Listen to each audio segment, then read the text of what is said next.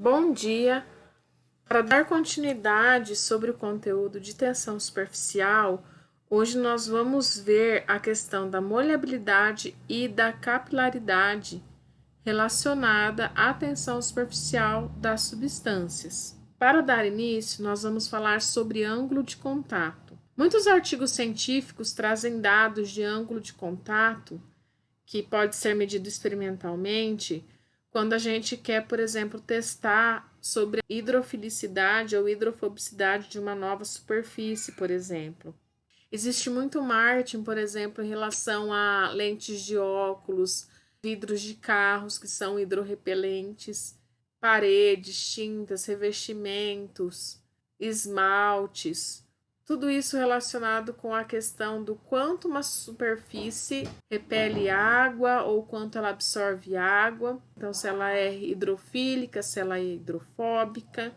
Então, a medida de ângulo de contato consegue nos mostrar isso.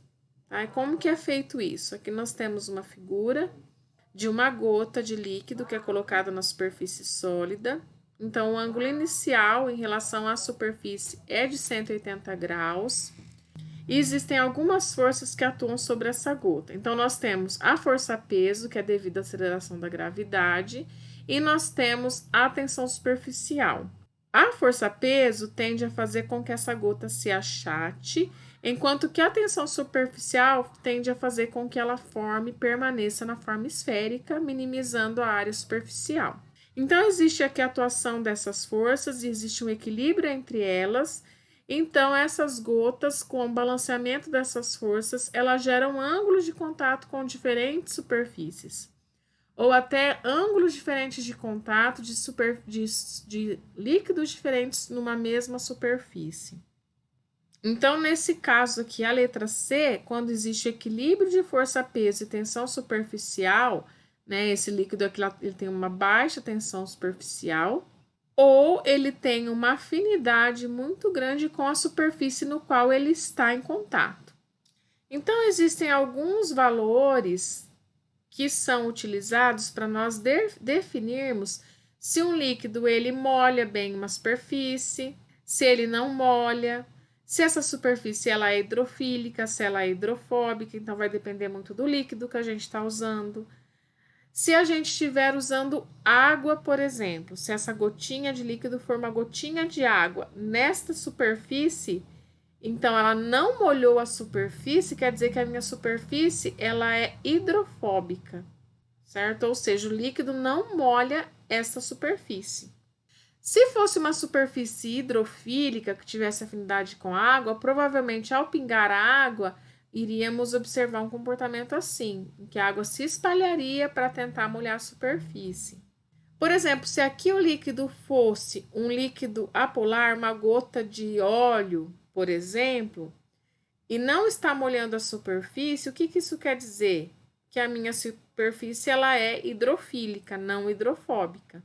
Então, não existiu afinidade aqui com uma substância hidrofóbica, porque a minha superfície é hidrofílica. Então, as medidas de ângulo de contato vão nos dizer sobre o líquido, se ele é molhante ou não molhante, e sobre a superfície, se ela é hidrofílica ou hidrofóbica. Então, por exemplo, quando o ângulo é 0 graus, né, a gente diz que o líquido molha totalmente a superfície. Se o ângulo ele é menor que 90 graus, então esse ângulo é medido aqui, tá? Então, a gente tem a gota, a gente passa uma reta tangente à gota e mede o ângulo aqui do líquido, né? Dessa interface sólido-líquido com a interface líquido-gás. Então, esse ângulo θ aqui. Então, se esse θ é menor que 90, então a gente considera que o líquido é predominantemente molhante dessa superfície. Se o θ é maior que 90 e menor que 180, a gente diz que o líquido é predominantemente não molhante. E no caso aqui da letra D, que o ângulo é 180 graus, nós temos um líquido não molhante dessa superfície. Quando nós estamos em equilíbrio, ou seja, nós pingamos a gota na superfície e já esperamos para que ocorra o balanceamento das forças de gravidade e de tensão superficial, o ângulo de contato ele pode ser considerado uma medida uma propriedade intensiva, porque o ângulo vai independer da quantidade do líquido que eu coloquei na superfície. Tá? Então, por exemplo, na figura 5.2 é o mesmo líquido, em equilíbrio com a mesma superfície, ambos todos imersos no mesmo gás, tá? Sob a ação da gravidade. Então, o ângulo de contato sempre vai ser o mesmo, tá vendo? Então, mesmo que eu tenha uma gota mais achatada, o ângulo aqui vai ser o mesmo que o ângulo que eu observo aqui. Claro que se a quantidade de líquido for muito grande e ele se alastrar pela superfície, vai derramar e daí a gente não consegue medir o ângulo de contato. Mesmo que a gente observe que essa seja uma propriedade intensiva, e que o ângulo continue o mesmo, independente do volume ser maior, quando a gente realiza os experimentos de ângulo de contato, a gente tem o cuidado de manter fixo o volume da gota. Esse aqui é um equipamento que é usado para medida de ângulo de contato. Então, nós temos aqui uma agulha, onde é bombeado o líquido. Aqui nós temos uma plataforma de um material conhecido, na qual a gota irá pingar. E isso aqui é uma câmera que leva imagens para um computador que possui um software que determina, por exemplo, a área, essa área aqui, que é do formato da gota. Com isso é possível calcular o volume dessa gota e o ângulo θ para verificar a molhabilidade dessa superfície por este líquido. Se nós analisarmos com cuidado essa região da gota, no qual nós temos o líquido em contato com o gás, então uma interface líquido-gás, uma interface líquido-sólido e uma interface sólido-líquido, nós temos essas três tensões, né, geradas pelas tensões interfaciais envolvidas em equilíbrio. Então, nós temos aqui um ponto de tríplice fronteira. E o que acontece nesse ponto? A tensão interfacial do gás com o sólido, que é essa aqui, né, que é um vetor para a direita, vai ser igual à tensão interfacial do líquido com o sólido, somada a essa componente, na componente horizontal dessa tensão interfacial do líquido com o gás. E essa componente horizontal da tensão interfacial líquido-gás depende, então, do ângulo de contato entre o líquido e a superfície. Essa avaliação dessas três forças dá origem a uma equação que chama equação de Young. Essa equação está representada aqui. Então, nós temos a tensão interfacial do sólido-gás é igual à tensão interfacial do sólido-líquido, mas a tensão interfacial do líquido-gás vezes o cosseno do θ. E esse, né, é o ângulo do contato entre o líquido e o sólido. Aqui a mesma equação representada. Nós temos aqui a questão da molhabilidade, né? Não molha, molha. Bem, nós falamos da equação de Young, mas existe uma outra equação para superfícies curvas, que é a equação de Young-Laplace. Então, ela se baseia na diferença de pressão entre fases quando nós temos uma superfície côncava. Então, se a gente pensar na bolha de sabão, por exemplo, a tensão superficial tende a levar à minimização da área superficial e a bolha tende a encolher. E o ar dentro, o que acontece? Ele vai se comprimir, fazendo com que a pressão interna seja maior que a pressão externa, tá? Então, existe uma diferença de pressão entre as duas fases. Então, a fase 1 é que a gente chama do lado côncavo. A pressão vai ser maior que a fase 2, que é o lado convexo. Essa diferença das pressões aqui vai ser proporcional ao inverso do raio da gota. Ou seja, quanto maior é o raio da gota, menor vai ser a diferença de pressão. Então, para gotinhas menores, a diferença de pressão se torna maior. Isso, então, a nível coloidal, se torna bastante expressivo.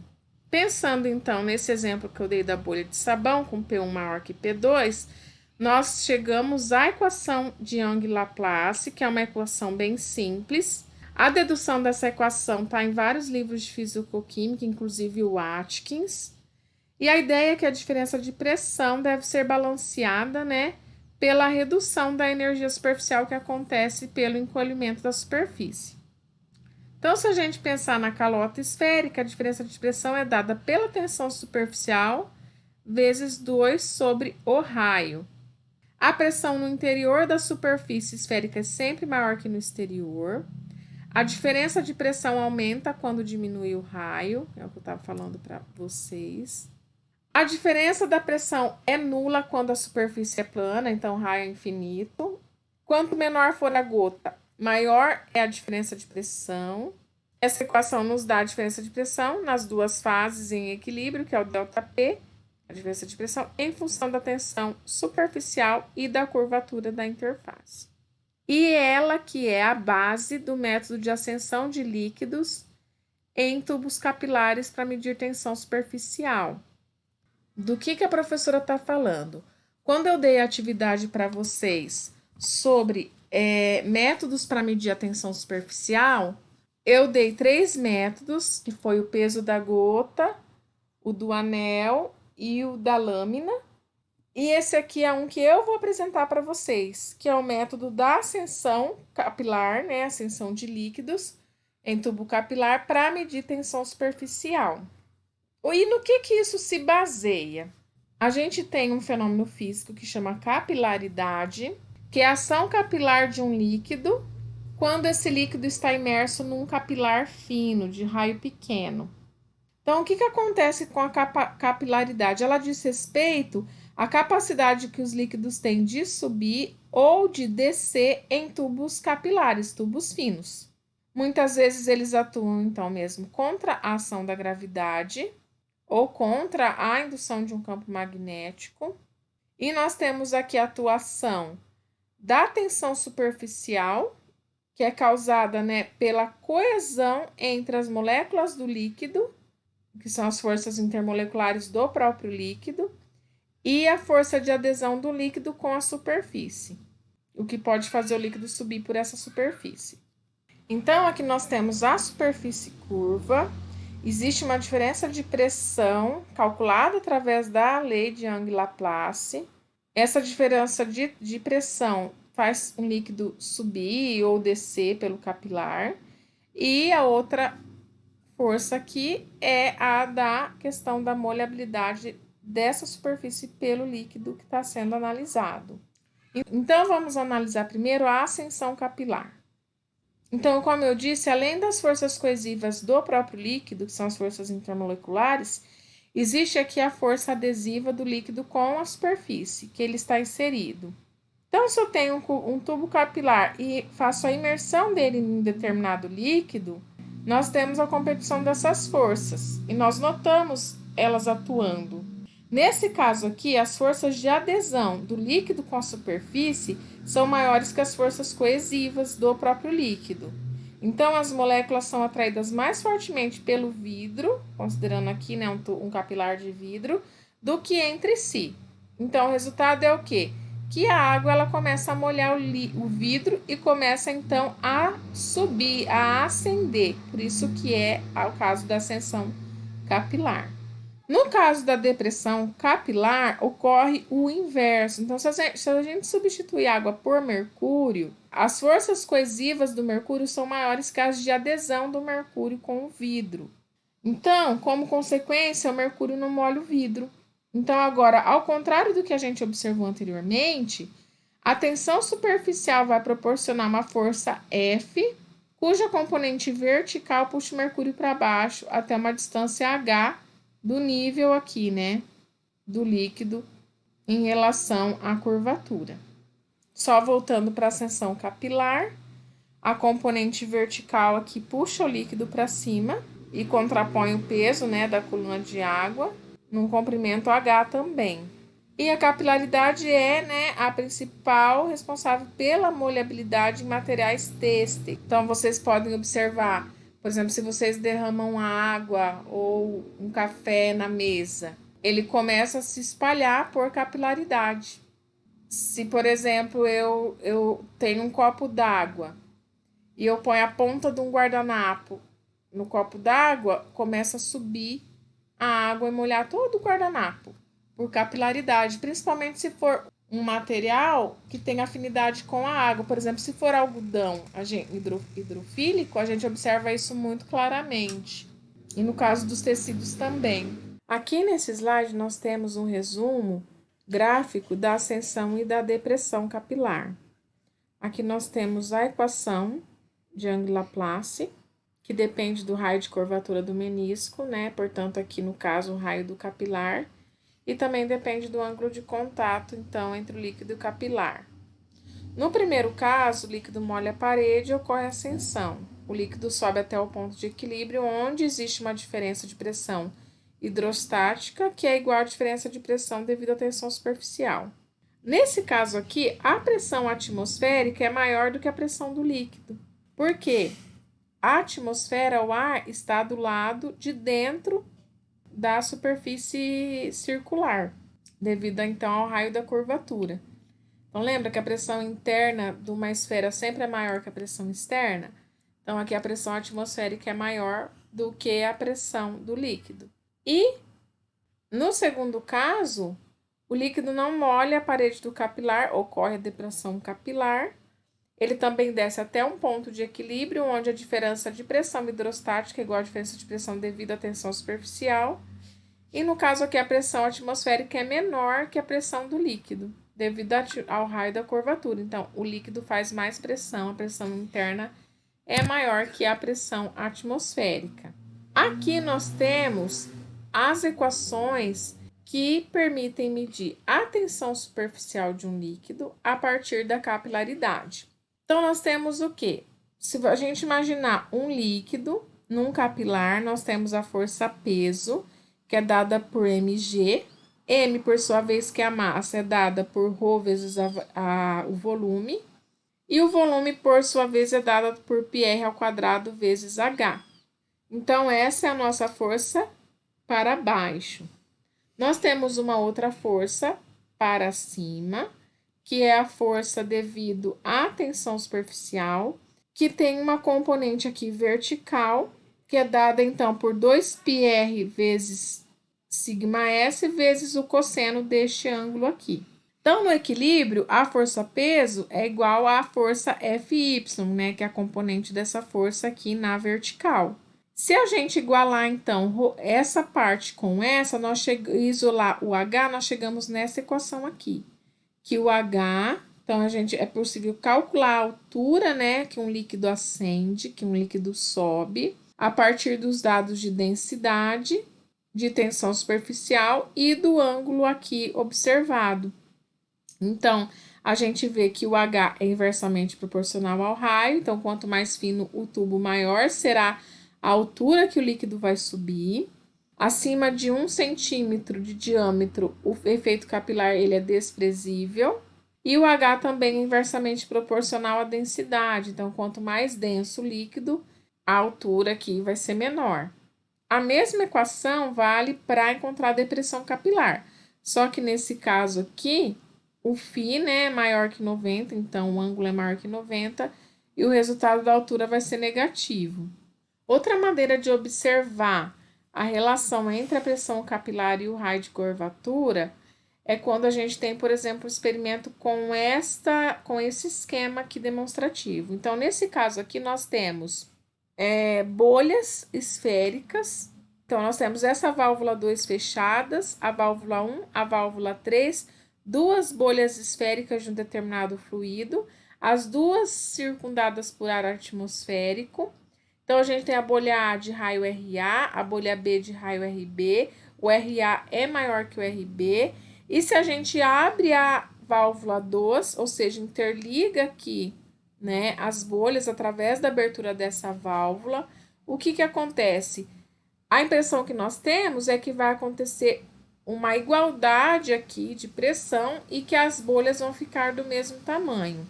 Mas experimentalmente não é isso que acontece. O que acontece é que a bolha menor vai diminuir ainda mais e a bolha maior vai aumentar ainda mais, porque a pressão interna em B, que tem um raio menor, é maior que a pressão interna em A. Se a pressão dele é maior, o que acontece? Para igualar a pressão, vai ocorrer um movimento aqui em direção da B para a bolha A, e ela vai aumentar ainda mais. Para mostrar para vocês a importância do efeito capilar, eu vou mostrar alguns vídeos sobre alguns fenômenos que ocorrem devido a esse efeito capilar. E eu gosto.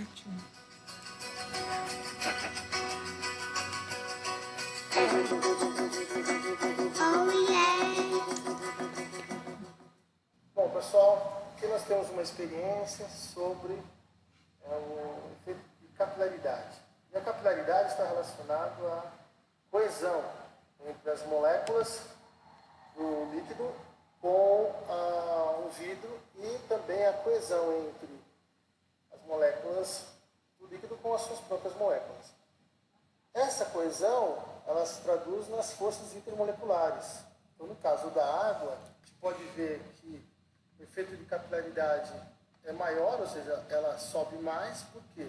Porque a coesão entre as moléculas de água é mais forte. Que tipo de interação nós temos aqui? Nós temos ligações de hidrogênio. No caso, agora, do etanol, vocês podem observar que o menisco está um pouco abaixo em relação ao da água. Então, aqui também realiza ligação de hidrogênio. Porém, devido à região apolar da molécula, essa interação é de menor magnitude em relação à água. Já a propanona, embora possua oxigênio, não tem o hidrogênio ligado ao oxigênio. Portanto, ela só realiza forças de dipolo-dipolo, interações do tipo dipolo-dipolo. E por isso a propanona sobe menos do que o etanol e, obviamente, menos que a água. E o hexano, por sua vez, que é um solvente só que tem carbono e hidrogênio, é um bicarboneto, não tem interações por dipolo-dipolo nem ligação de hidrogênio, só permite interações por dipolo induzido e dipolo induzido, né? Forças de dispersão de London, que são mais fracas. Por isso que a interação entre o solvente e o vidro é menor, e também entre o próprio solvente. Com isso ele sobe menos, pode ver que o efeito de capilaridade é menor. A altura que ele sobe é proporcional à interação. É óbvio que depende do diâmetro, mas todos os capilares aqui têm o mesmo diâmetro, que foram medidos utilizando como referência a água. Então, todos têm o mesmo diâmetro, portanto, todos deveriam, se fossem a água, subir a mesma altura.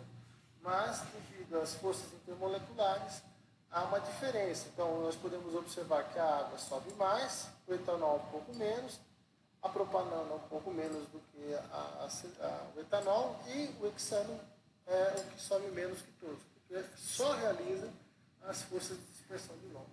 Então é isso, pessoal. Aqui temos mais uma propriedade físico-química relacionada às forças intermoleculares. E agora eu vou apresentar um outro vídeo, também relacionado ao efeito de capilaridade. Hoje eu vou mostrar para vocês um jeito totalmente diferente de transportar água, que ao mesmo tempo é uma experiência muito fácil de fazer em casa. Se você conseguir uma boa desculpa para não fazer isso aqui, você é o rei da picaretagem. Antes de tudo, vamos entender umas coisas sobre a água, ou qualquer líquido, qualquer gás, ou seja, todos os fluidos. A gente não consegue fazer uma montanha com a água aqui, a gente não conseguiria fazer uma montanha de um lado e um vale do outro. A água vai ficar sempre no nível, vai ficar nesse nível perfeito aqui, inclusive se a gente colocar ela dentro de um cano. Faltou corante, né?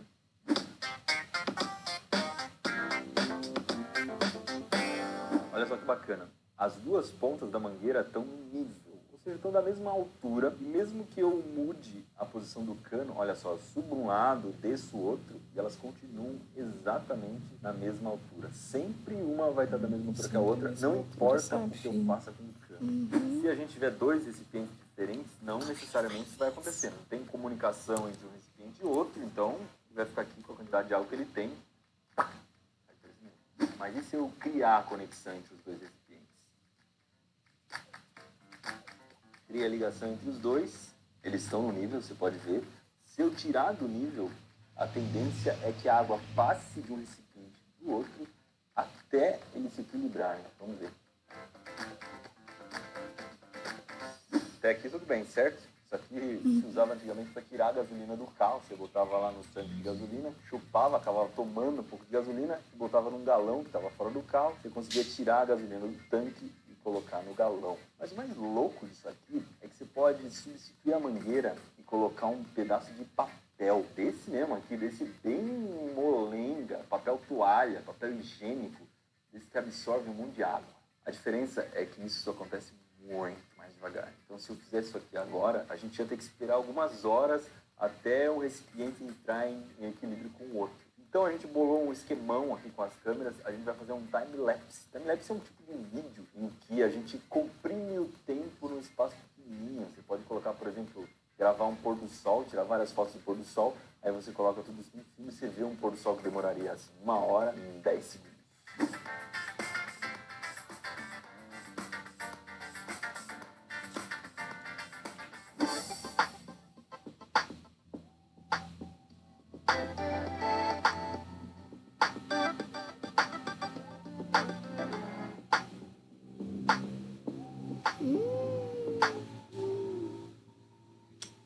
Eu sei que você tá louco pra dar um joinha nesse time-lapse, mas calma, não terminou ainda não. Antes de fazer a segunda experiência, que é bem mais legal, vamos entender como é que um pedaço de papel funcionou como se fosse um cano. O que acontece é um efeito que se chama capilaridade. A água tem muita atração pelo papel, as moléculas de água querem muito ficar perto das moléculas de papel e por isso a água acaba até subindo pelo papel, até preencher todo o papel de água. E quando o papel está todo preenchido de água entre um recipiente e outro, ele acaba funcionando como se fosse um cano. A água consegue fluir pelo papel. Dá uma olhada bem de pertinho.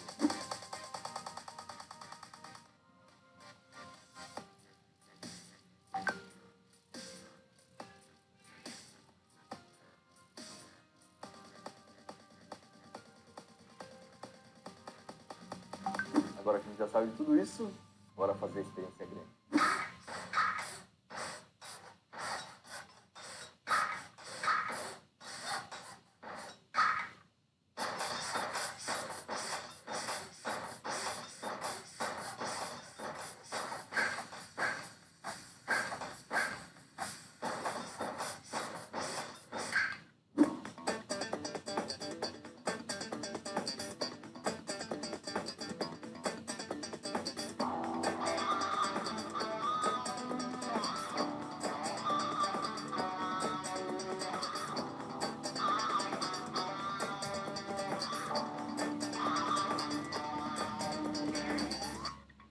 Pra você que segurou o joinha aí, vai, se esse time-lapse não foi bonito, pelo menos foi trabalhoso pra caramba. Deixa eu explicar o que aconteceu aqui. Primeiro pote tem água pura, então a água simplesmente está saindo dali para alimentar o resto do sistema. No segundo, eu coloquei um pouquinho de corante amarelo, você pode ver que o papel ficou todinho amarelo. E aí no terceiro tem corante azul, na hora que misturou com o amarelo já ficou verde. No quarto pote aconteceu uma coisa bem legal, ele tinha corante verde. O verde deve ter alguma mistura de pigmento ali, porque a gente consegue perceber que o pigmento azul andou mais rápido do que os outros. Então do verde sai um azul na frente. A gente já fez uma experiência do Manual do Mundo decompondo cores de canetinha e a gente consegue perceber que quando a cor da canetinha é formada por vários pigmentos diferentes, tem alguns que andam mais rápido do que outros na hora em que a gente coloca eles para andarem no papel, para eles serem absorvidos pelo papel. Foi isso que aconteceu aqui. Depois eles caem num líquido que é a água sanitária, e a água sanitária tira a cor das coisas. Então, quando aquele verde começou a pingar na água sanitária, ele começou a ficar amareladão e foi sumindo a cor.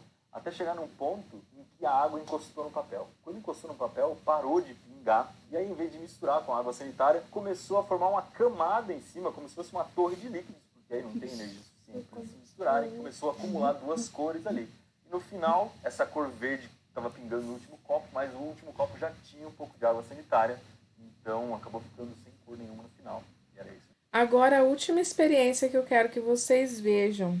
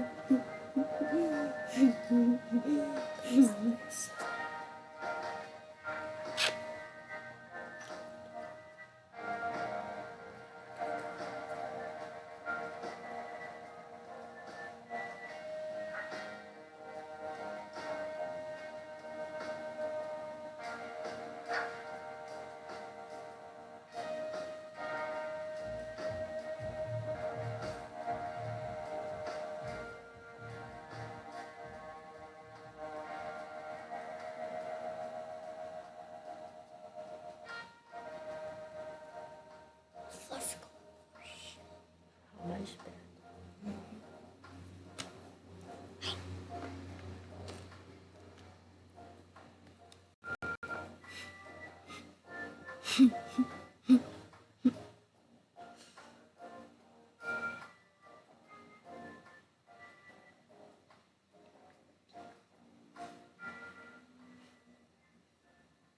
É isso aí.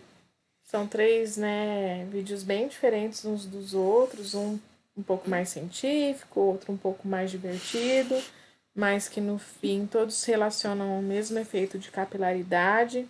E embora não sejam experimentos simples, fáceis de fazer, eles têm esse conceito que pode ser muito útil na indústria em alguns casos.